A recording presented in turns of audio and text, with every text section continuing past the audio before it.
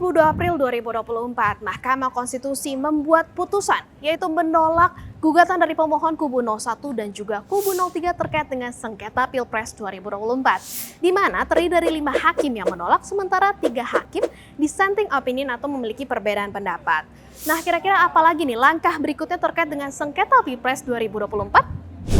Permohonan kedua pemohonan ditolak seluruhnya oleh Mahkamah Konstitusi, dan dengan demikian perkara ini dapat dikatakan quote and quote dimenangkan oleh Pak Prabowo Subianto dan Pak Gibran Rakabuming Raka. Babak baru telah dimulai, kontestasi pemilihan presiden telah berakhir. Komisi Pemilihan Umum telah menetapkan pasangan Prabowo Subianto dan Gibran Rakabuming Raka sebagai presiden dan wakil presiden. Kedua kubu penggugat telah menerima keputusan, meski dengan banyak catatan. Timnas Amin mengapresiasi Hakim MK yang menggunakan wewenangnya, sehingga bisa menepis label Mahkamah Kalkulator.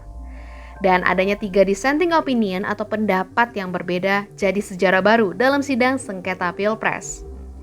Akan tetapi, anggota tim hukum Amin juga menyayangkan sikap dari Hakim Ketua MK, Suhartoyo, yang tidak konsisten terkait prosedur pendaftaran Pilpres 2024.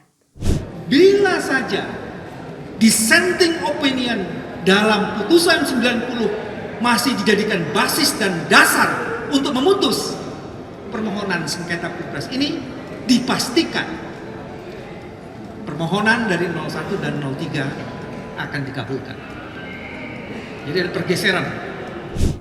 Pernyataan ini ditanggapi oleh juru bicara MK, Fajar Laksono, yang memastikan bahwa putusan harus dan tetap bisa dibuat, meski seandainya voting yang dilakukan hakim hasilnya seimbang.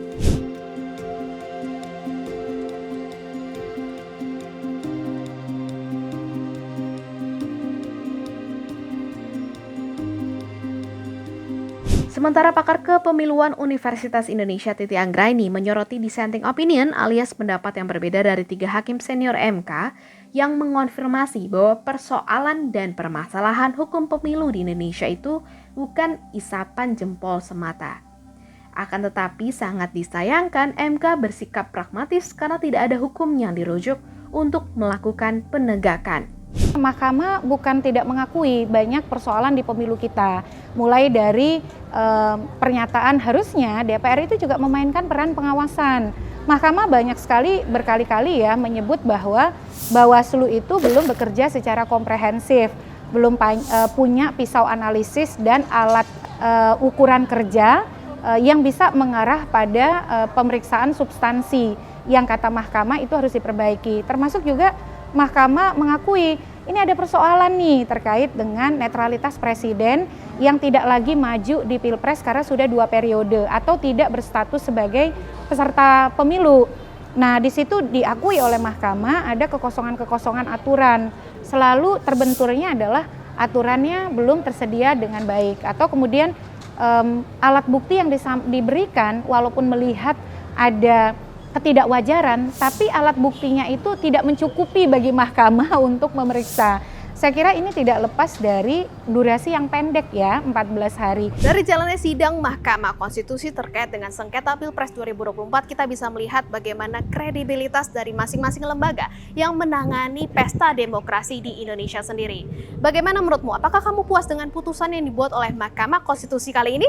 Taruh pendapatmu di kolom komentar di bawah dan jangan lupa saksikan Ada Apa Hari Ini hanya di YouTube Tempo.co.